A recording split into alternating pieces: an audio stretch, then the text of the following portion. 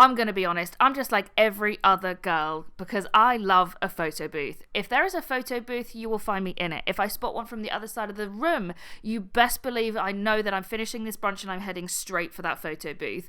I also try to visit them like in places that I go, and let me tell you, New York did not disappoint. I had the most wonderful time in New York, so of course I'm going to be journaling it, and why not yap about photo booths while I journal about photo booths? Because I will tell you one thing, a digital photo booth drunk after a brunch is one thing, but a proper vintage analog photo booth, there's actually nothing better.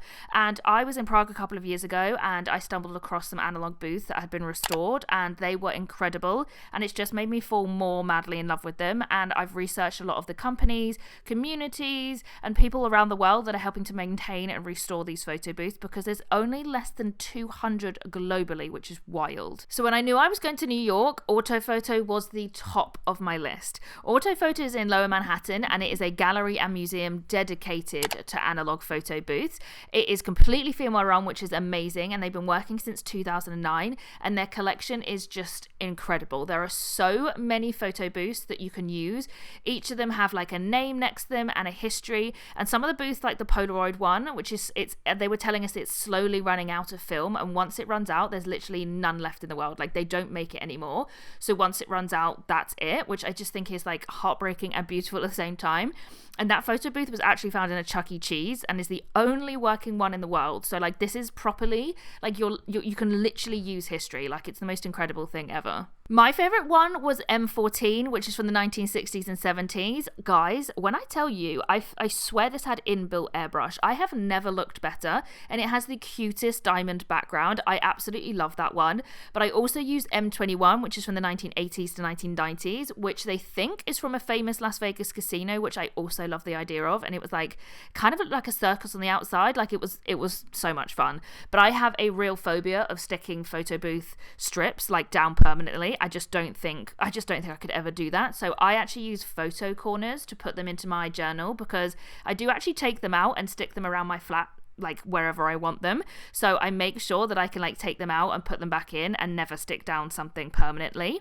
So the one that I really love, I'm going to probably be putting into a frame, but I am putting my other one, the M21 picture, in. I absolutely love the junk that I'm using for this. They made sure that there was so much stuff you could take. Stickers, pamphlets. There was a stamp that I definitely forgot to take, but I should have done that. But the red bag in here is what they gave me my strips in, and they were really good. They actually digitized your strips there and then. You just needed to go to the counter and they would scan it for you and give you a digital copy for free, which was amazing. The checker paper on here, which I am such a slut for checker. I really need to actually find something else to make my personality, but currently this is it. I love checker pattern, but this is actually food wrapping from a local Subway shop near me, but they are like American inspired, and I always keep the paper because I love it so much. So I thought it was kind of fitting that it's like American inspired on a New York page about, you know, New York stuff. As I mentioned, it isn't just the photo booth. There is also a small museum, which was amazing. And I learned so much stuff that I just didn't know. Like, they had like a photo booth that you could like press a button and you could see the inside of it working, which was so interesting. And they also had a bunch of information on the creator of the photo booth, which I just had no idea about. So the guy that created it is called Antonio Josefo, and he created it in 1925. And also what I didn't know is the first one was on Broadway in New York. So I was in the home of photo booths. These first modern photo booths were called Photomaton. Can we bring that shit back, guys? That's so cool. Photomaton, I just love that so much. And they literally have, like, I think it was the first ever, if not one of the first ever photo strips of him and his dog, which I don't know why that just brings me so much joy, because, like, it just proves that, like, humans don't change. Our phones are currently full of, like, our pets and our dogs, and his first photo booth strip was him and his dog. Just, I love that so much. Also in the museum, they had a full wall of celebrity photo booths, which I just thought was insane. I didn't like quite realize that they were real, but it turns out they've been loaned by a private collector. Like, is that not the coolest thing to collect in the entire world?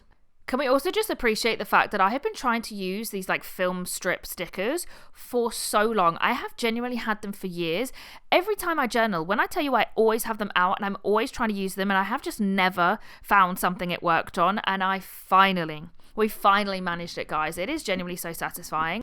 This is another deep cut that I absolutely love for this journal spread, kind of like the American themed sub sandwich paper. But I also use some stickers that I got from Tiny Zine. If you don't know Tiny Zine, they're an Australian publication and they make the most gorgeous physical media like magazine, and I ordered issue 2 and these are the stickers that came with it. And in that issue they actually have a piece on photo booths. Are you seeing what I mean now? Deep cut. And it's actually written by someone I have followed on Instagram for so long. She's called Ali Daisy King, and between the hair, the aesthetics, the writing, I just absolutely adore her.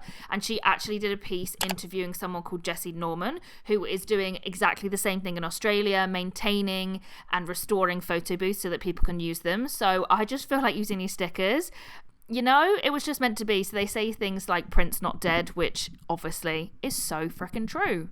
I just absolutely adore how this spread has come out. You obviously want all of your spreads to look cute, but this one I just really, really wanted to look good. And sometimes you're just happy with them looking messy, but I just feel like everything on this page came together and it just makes me so happy looking at it. So I definitely recommend going to Autophoto if you're in New York. It was absolutely incredible. It was quite small and I was there in one of the storms, so everything was very quiet. I do know that it can get a little bit busy, but I know they've got like queue control and stuff like that. So I would highly recommend trying to go if you can. But if you're in a different country or you're visiting a different country, like I said, Autophoto themselves, they have a list on their website of all the other booths like nationally in America that they have and they run. I know that there's one in London called Autophoto, but with an F, and they work in London and Barcelona, and they've got lists of photo booths. Wherever you live or wherever you're traveling to, make sure you Google and try to find some analog photo booths where you're going, because it is just the most wonderful thing, and it's so great to support people that are trying to keep like history and the past alive.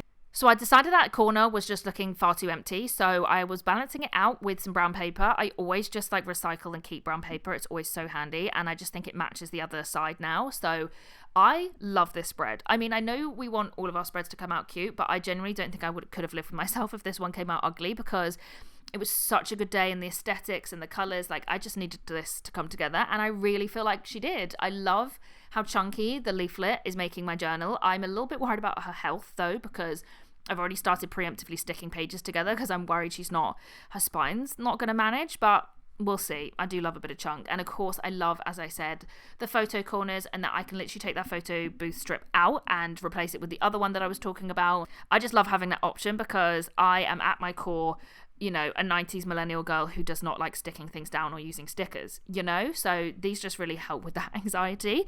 But I feel like this was just a really cool spread, and I've loved talking about a little bit of the history and my experience. So if you guys want to see more journaling videos, maybe some history videos, thrifting, vlogs, please subscribe. I'm really excited to come back to this channel because I have just been a vertical short form baddie for far too long. So I am really trying to consume and make more long form content that's a little bit more thoughtful and just really focusing on the things that I find interesting, like history and journaling, fashion. Have I said thrifting? I think I said thrifting already. But anyway, I'm going to stop waffling and I will see you in my next video.